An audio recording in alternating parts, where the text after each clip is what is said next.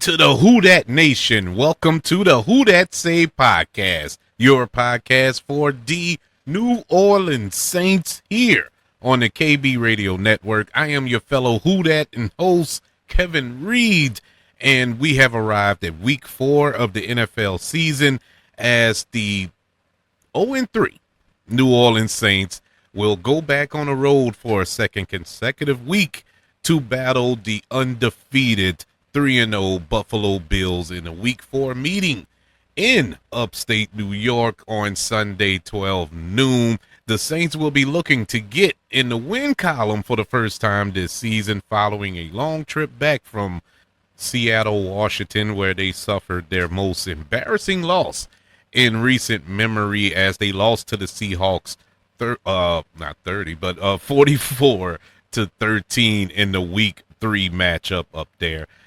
This is I would say a test, but it's not really a test for the Saints. It's a test in a sense. I'll put it this way.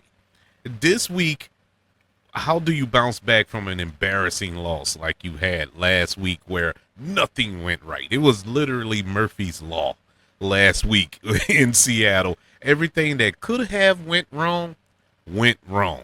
Offense sputtered, your special teams was non-existent, your defense was non-existent, they undisciplined, you couldn't make a field goal, you couldn't punch it in the end zone. It was just a mess. It was a mess. The only shining light, I guess you could say the last 3 games of this season, or the first 3 games, depending on how you look at it, is Spencer Rattler. Spencer Rattler is the one player who I can honestly say consistently has been battling all 3 weeks of this season thus far. Everybody else, sporadic, inconsistent. They look good in week 1, not so much week 2, all right in week 3, or vice versa. They was decent in week 1, but played good in week 2. In week 3, they disappeared. Things like that. But Spencer Rattler really has been battling.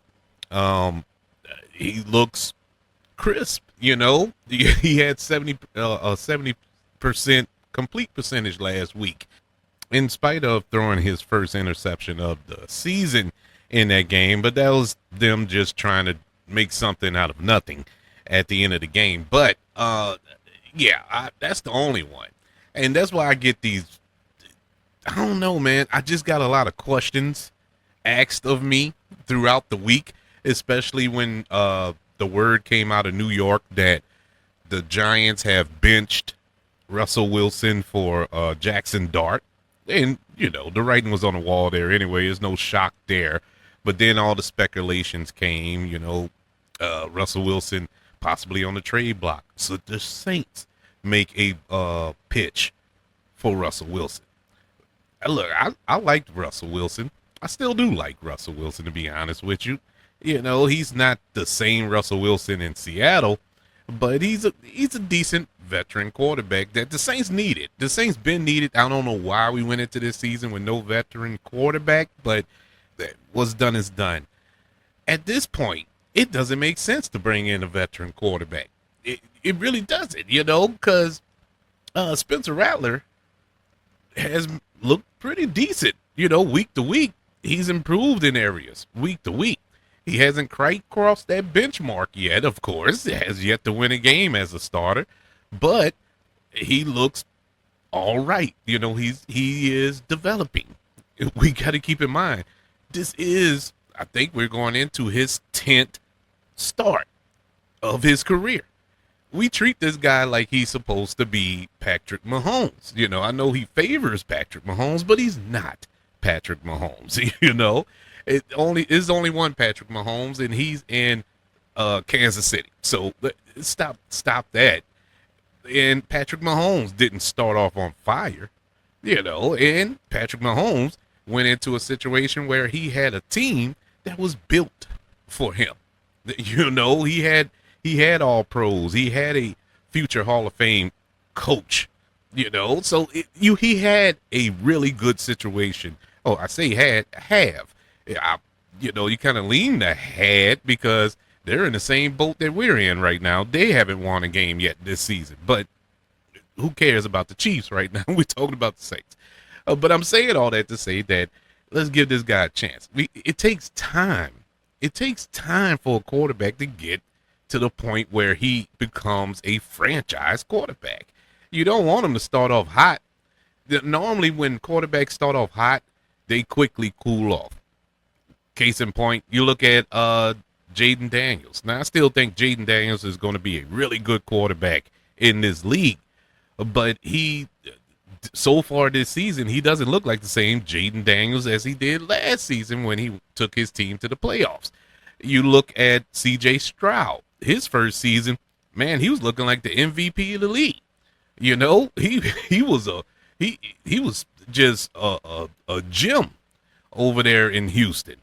Ever since then, it's been a law of diminishing returns. So you really don't want him to start off too hot. You want him to, you want the opposite effect. Let him take those bumps. Let him learn, trial by fire. Then they can progress and become a better player. That's what I'm hoping for with Spencer Rattler. And that goes for Tyler Shuck as well. I don't want to just throw him out yet. We don't know yet. But give him time. Give him time. I always say that Tyler Shuck isn't ready, but let's be honest with you, none of them are ready. Neither one of them were quote unquote ready, because when they were supposed to be being, and I say they, Spencer Rattler and Tyler Shuck, you can throw Jake Hader in there as well. They weren't ready because they were too busy in battles, for the starting job. They didn't get a chance to learn. It was always, I got to beat this guy. I got to be better than him. It was never sit down, be secure in your role on this team.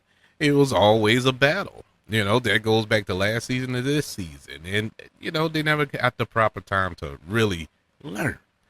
And so I'm not ready to just throw the baby out with the bathwater there for neither quarterback. And so let's give that time. You should have had a veteran quarterback in here. You should have had somebody that these guys can learn under, who can teach them the ins and outs, who can show them right for wrong. Unfortunately, we don't have that. We don't have that.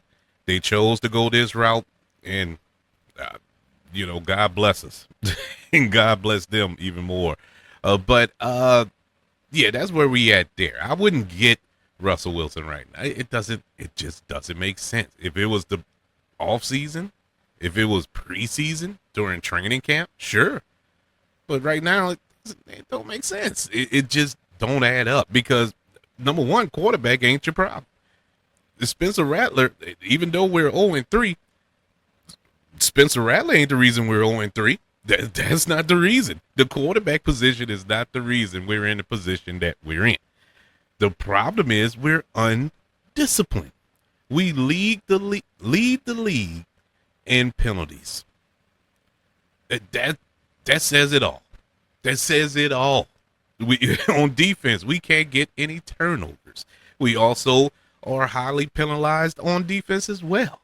Our special teams is suffering, not only with the punt returns and that of that nature. Blake Grupe is averaging 1 miss a game. We're hurting. We're hurting all over the field as a team. And so, the one good thing we can look at is quarterback. And so it's a deeper issue that we have here, as far as the Saints and their issues that need addressing. The offensive line. We're hurt. We are hurting there, not only injury wise, but with play. Cesar Ruiz is the worst offensive lineman in football, and that's not being facetious or nothing like that. That is an actual fact. Football Focus grades him the worst offensive lineman in all of football. He is horrible. He is horrible in that position. Aside from that, then you have basically two rookies as the anchors on both sides. You know, the only shining light on that offensive line is Eric McCoy, your center. Other than that, everything else is lacking. Every other position, guards and tackles. Defensively, well, I'll stay at offense for a second. Offense, we we have three quality running backs that we don't use. Number one, you don't use Alvin Kamara. Why is Alvin Kamara not being used as the focal point of this offense? Why isn't he the playmaker on this offense? There's no playmakers. Now you have players that are capable of being playmakers, but nobody is a playmaker because they're not given an opportunity. Why isn't the offense ran through Alvin Kamara? He is your guy. He can run. He can catch. He can run routes. He does it all. He is the deadliest weapon in the league. One of the deadliest weapons in the league. You see how everybody puffs up Christian McCaffrey over there in 49er land? It's the same. They're the same running back. They have the same skill set. But for some strange reason, Alvin Kamara is not being used in this matter. It is frustrating to see that this run game is struggling. Kendrick Miller, it looks like he's, knock on wood, he's staying healthy. He's looking good. Why I think he's averaging like 5-6 yards a carry. Why isn't he getting the ball? Why? And you got Devin Neal, but you're not using him. You know. Then we move over to the receiving core. I don't even know what to say. I mean, your leading receiver is Juwan Johnson, and that's saying a lot. You know, he is not a tight end, and he's barely a receiver. Yeah, he'll give you a spectacular catch here or there, but the simplest, basic, fundamental catches, you are praying. You are praying that he catches it because he will put him on the ground. Chris Olave, we got him listed as a number one, but he's not a number one. Can he be one? Sure. You know, if you watched him in Ohio State, yeah, he could be a number one. But since he had a Florida lease on his helmet, I haven't seen anything that screams number one receiver. Rashid Shaheed can't pick on him because they can't get him the ball. I find it hard to believe he can't get open. He is the best route runner on the team, believe it or not, but he is not getting the ball. He's not getting the opportunities. Now, in all fairness, Spencer Rattler don't have time to get him the ball because he has a defender in his face because the offensive line is trash. It's cause and effect, people. Cause and effect. You know, for the past 3 weeks, I've been hearing all this slander against Spencer Rattler, and I'm like, are y'all actually watching the game? Are y'all actually watching this guy run for his life? There was a couple of plays in the 49er game, I believe, where the ball was hiked. And it was almost simultaneous. As the ball hit his hand, a 49er was there with him. It was almost simultaneously. That's how quick they were there. They were basically unblocked. And you expect him to find the hot route that fast. Drew Brees couldn't do that. And by the way, congratulations to Drew Brees. He hasn't been officially elected into the Football Hall of Fame, but he is a part of the class that can be, which he's going to be. It's no point playing this song and dance. He will be a first ballot Hall of Famer. Congratulations to him. Rightfully deserved. If anybody should have been immediately, for the first time in history, immediately enshrined in the Hall of Fame the moment they retired, it should have been Drew Brees. The greatest quarterback the Saints have ever had. Is not even close there, but one of the best quarterbacks to ever touch the field. I name me one that accurate. He is one of the most accurate quarterbacks to ever touch an NFL football field.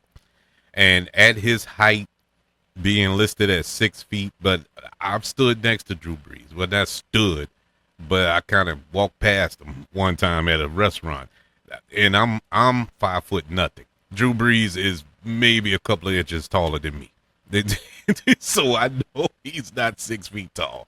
But at his height, to do what he did and consistently is unbelievable. Throwing for over 5,000 yards, what, 3 different times? Unbelievable. The dude, and he's a Super Bowl champion, thank God. But yeah, I just wanted to take time to shout him out for all of you who still dream about Drew Brees walking through that door and scrapping the helmet on one last time. It's not going to happen, people. We're past that, far past that. But hopping over the defense, our defensive line is hurting, physically and figuratively. We have a lot of injuries. We lost our rookie tackle. What's his name? Vernon Broughton. Yeah, he was out. He's out for the season, I believe. I know he got hurt. Who else got hurt? Why is it escaping my mind? But anyways, that whole well, we'll discuss that in a few minutes. Don't worry about that. But anyways, yeah, they are not getting pressure. They were getting pressure week 1 against Arizona, but since then they have yet to get pressure on any quarterback. And the funny part is, Kyler Murray is one of the most mobile quarterbacks in the league, and we managed to make him uncomfortable in the pocket. For the past 2 weeks, you've been going up against statues in Matt Jones and Sam Donald, and they just picked you apart, picked that defense apart. Secondary, we are in trouble. That brings me to another question that came up this week. The Houston Texans, they cut C.J. Garner-Johnson, our former safety, who has bounced around ever since he left New Orleans. He has not found a stable home since he left New Orleans. He went to Philly. Well, we traded him to Philly, stayed there a year, went to Detroit. They traded him, went back to Philly. They traded him, or they cut him, and then then Houston got him. He didn't make it a month, and they're ready to go their separate ways with him.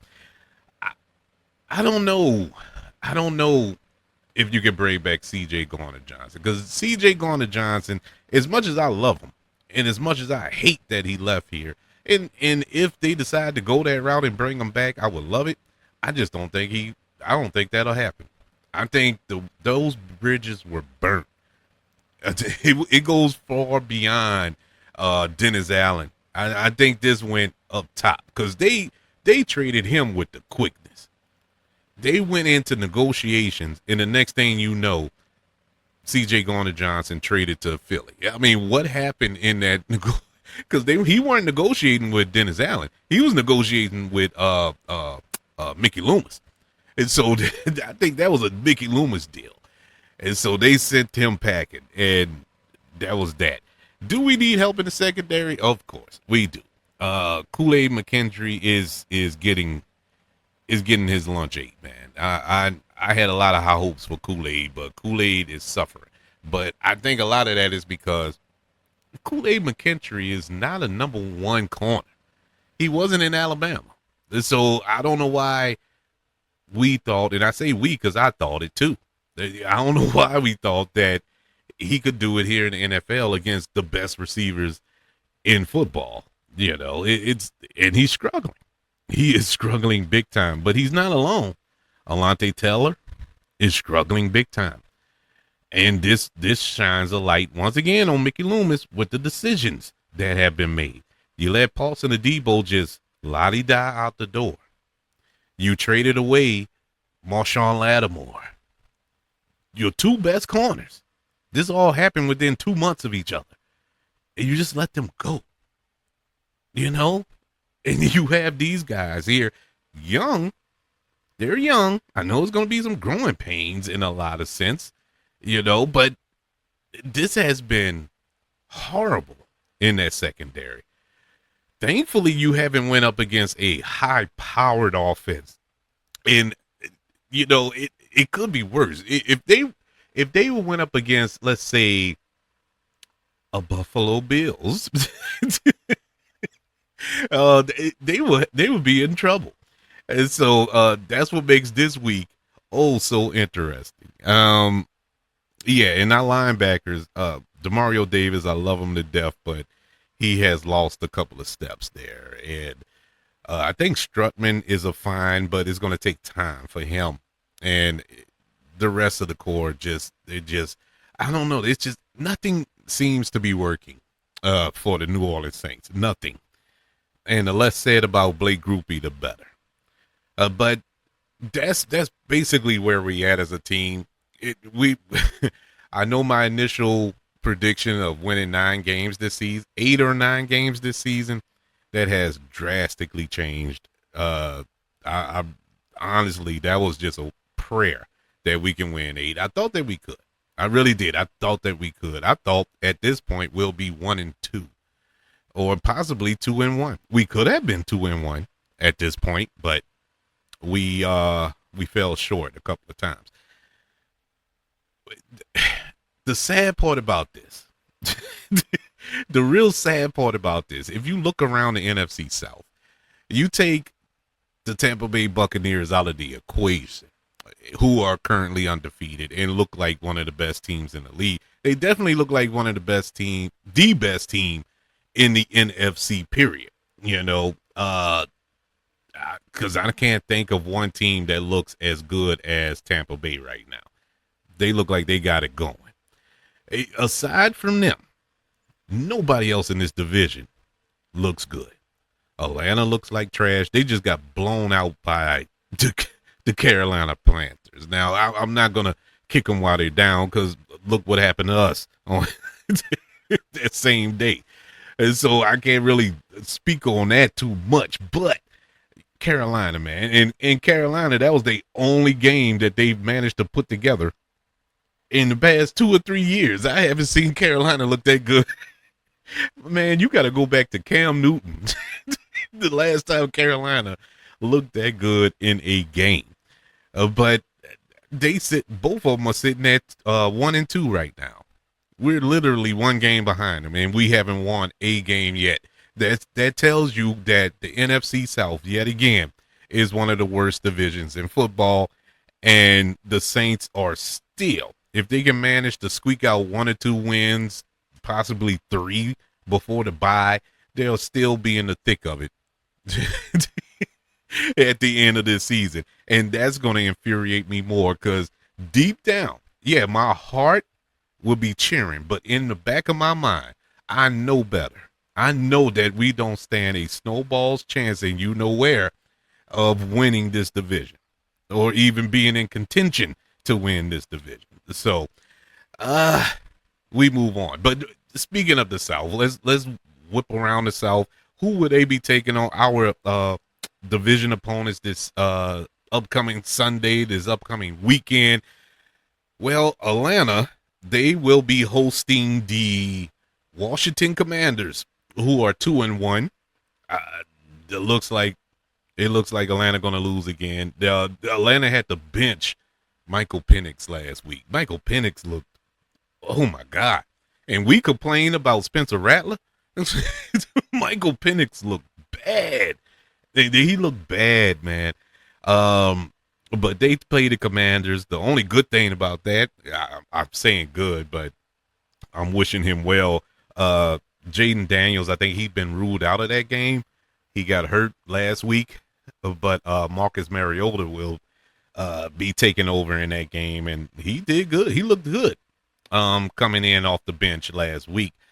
Also around the league, you have the Carolina Panthers. They go on the road to face the New England Patriots, and the Patriots are struggling too. They're 1-2 as well, but I don't know, man. That's a flip 'em game. You can You could say Carolina wins it, and you'll be pretty all right for picking that, making that pick, and you can say the Patriots win that game, and you can be all right with that as well. It's no way to decide because they both are pretty much the same team. The Tampa Bay Buccaneers, who are undefeated, as I mentioned before, they will be hosting the defending Super Bowl champs, who are also 3-0 this week. Somebody's O has got to go. I don't know, man. That's going to be a good game. That's a possible NFC Championship preview in that game. Two best two best teams in the NFC as a whole, the conference. And so I don't know. I don't know what's going to be the outcome of that. The Saints fan and me hoping for Philly to win, and that's about it. I don't I don't have nothing else to say about that. But the Saints will be taking on the Buffalo Bills. They have to travel all the way to Buffalo to play these undefeated Bills led by Josh Allen, and they look like a well-oiled machine. This will be the 13th time that these two teams have played each other. Surprisingly, New Orleans holds the lead in the series. In the previous 12 games, the Saints are 7-5 against the Buffalo Bills all time, having a 5-game win streak in this series broken by the Buffalo Bills just a few years ago in 2021 when they played on Thanksgiving Day. If you remember that game here in New Orleans, when the Bills mollywopped us. I think it was like 31-3 or 31-6 or something like that. Yeah, it was ugly. But that's what broke that little win streak that we had over them. But here we are again, week 4 of the 2025 NFL season. The Buffalo Bills have a 80% chance, according to ESPN. 80, or to be more accurate, 80.2% chance of defeating the New Orleans Saints, who have a 19.7% chance of beating the Bills. You can take that bet if you want, thinking you're going to come up. Good luck. That's all I'm going to That's all I would tell you. But the season leaders for both teams, beginning with the passing yardage, of course, Spencer Rattler is the leader, passing leader for the New Orleans Saints. He is 80 for 119 pass attempts, 4 touchdowns, 1 interception, 639 yards passing. Josh Allen is the Buffalo Bills passing leader, 69 of 99, 5 touchdowns, 0 interceptions, 755 yards passing. Leading rusher for the New Orleans Saints is Alvin Kamara, 50 rushes for 186 yards and 1 touchdown. For the Buffalo Bills is James Cook. He has 53 carries, 284 yards rushing, and 4 touchdown. Leading receiver for the New Orleans Saints is Juwan Johnson, 19 receptions, 176 yards, and 1 touchdown. For the Buffalo Bills, Keon Coleman, he has 14 receptions, 187 yards, and 1 touchdown. Sack leader for both teams for the Saints is Carl Granderson with 3.5. For the Bills, Daquin Jones, their defensive tackle, he has 1 sack on the season. Leading tackler, and that'll be Demario Davis for the Who Dat Nation. He has 31 tackles. For the Buffalo Bills, Christian Benford, their cornerback, he has 15 tackles so far this season. Team rankings, the New Orleans Saints in total offense are ranked 19th in total offense in the NFL 3 weeks into this season. Buffalo Bills, number 1 in total offense. It's going to be a long Sunday, people. Total defense, Saints are 25th in the league. Buffalo Bills are 20th in total defense in the league. Let's go over our injury report. Yes, people, our favorite part of this program, our injury report. And this is, I don't know, man. I have questions. Let's rip the Band-Aid off, if you will. Chase Young will miss his fourth consecutive game. He has yet to play this season. Still dealing with that calf injury. He is ruled out. Can somebody please be transparent and say what is the issue? Okay, it's the calf, but how serious is this calf injury? You have players coming back from turf toe. And if you don't know how serious turf toe is, Joe Burrow is basically out for the season with turf toe. Trevor Penning had turf toe. He's coming back this week. Well, actually, he played a little last week. He's coming back this week as well. Chase Young has been dealing with this calf for over a month. And when they initially announced it, it was like, oh, it's not that serious, blah, blah, blah. But here we are a month later, and he's still not here. The part that's disturbing with me, we have yet to see him. He's not on the sideline. He's not with the team. He's not practicing, of course, but can he be at practice, rehabbing or something? He's been incognito. There's no signs of Chase Young. What is going on? Is this something deeper there? Is it something that they just want to hold secret that, I don't know, man. I don't see it could be a contract issue because you just signed the contract. And so none of this makes sense. But he's ruled out. We have to wait another week and see if he plays again because, man, look, Chase Young can really help this defensive line. Really help it. And he's not here. Now, if he's hurt, I'm not blaming him. You know, nobody wants to get hurt, but come on, man. Come on.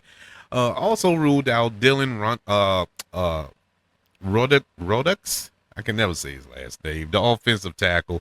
He's been ruled out with a toe. Questionable for Sunday's matchup. You have our wide receiver, Devont Verley. He's questionable with a hip. And you also have Trevor Penning, who is questionable, but he is expected to play.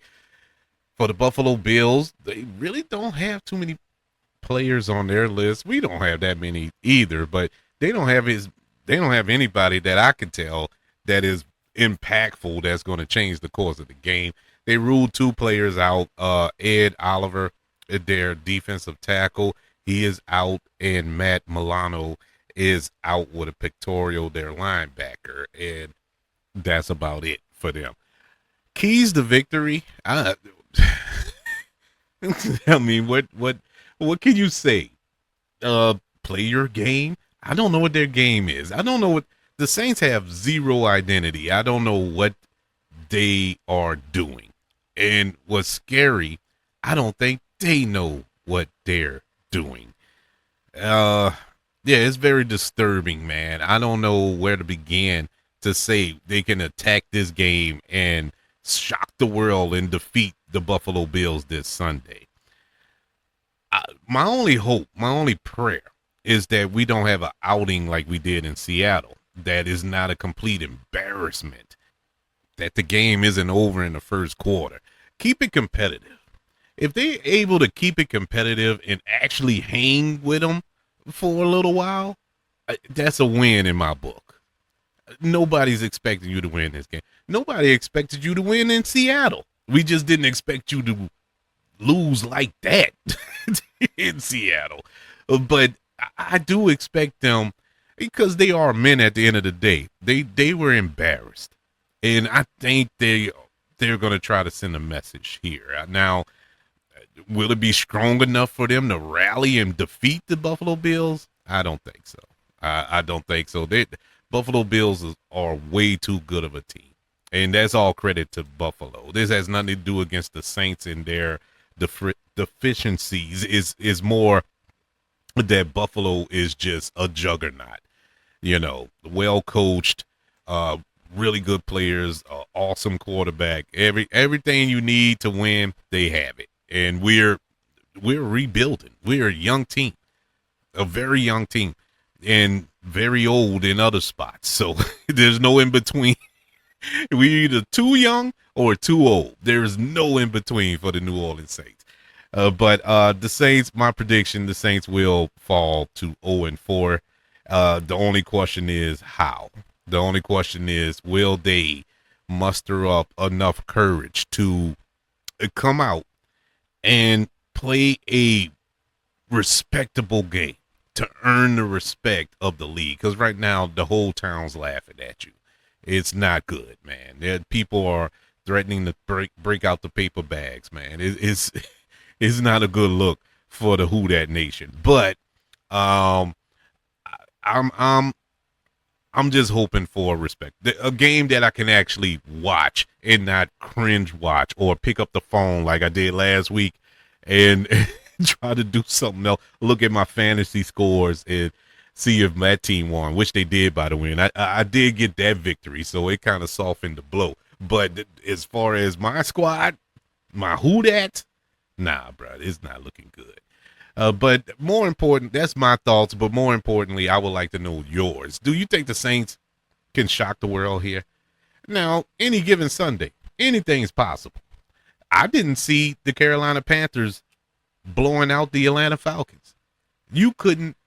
My mama couldn't have told me that going into that game. I probably would have called her a lie and then got beat half to death. But along with Atlanta, but you couldn't convince me that was going to happen. And here we are. Can the Saints do that?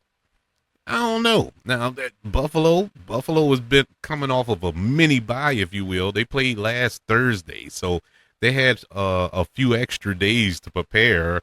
That's in heavy quotations to prepare for this game. Well rested. The Saints they've been traveling. They had to go all the way to Seattle, come all the way back to New Orleans, and go all the way to Buffalo again. So it's tiresome for them. But I don't know.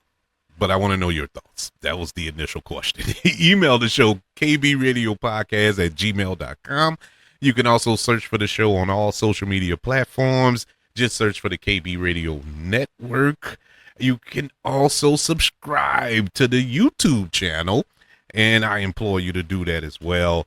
The KB Radio Network channel. Like this video if you don't mind. Don't forget about the 5 stars, the reviews, and sharing this show if you're listening on Apple Podcasts, Spotify, iHeartRadio, wherever you are currently listening to the Who Dat Say podcast here on the KB Radio Network. Everybody, thank you for joining me for this preview of the Week 4 matchup between our New Orleans Saints and their Buffalo Bills. Don't forget, I'll be back after the game to give my reaction to a game. I normally say it's to a Saints victory, but I'm not even going to set you up for that. But you can catch me then as we recap the game. Until then, no matter what, I'm still going to be screaming, "Who dat?"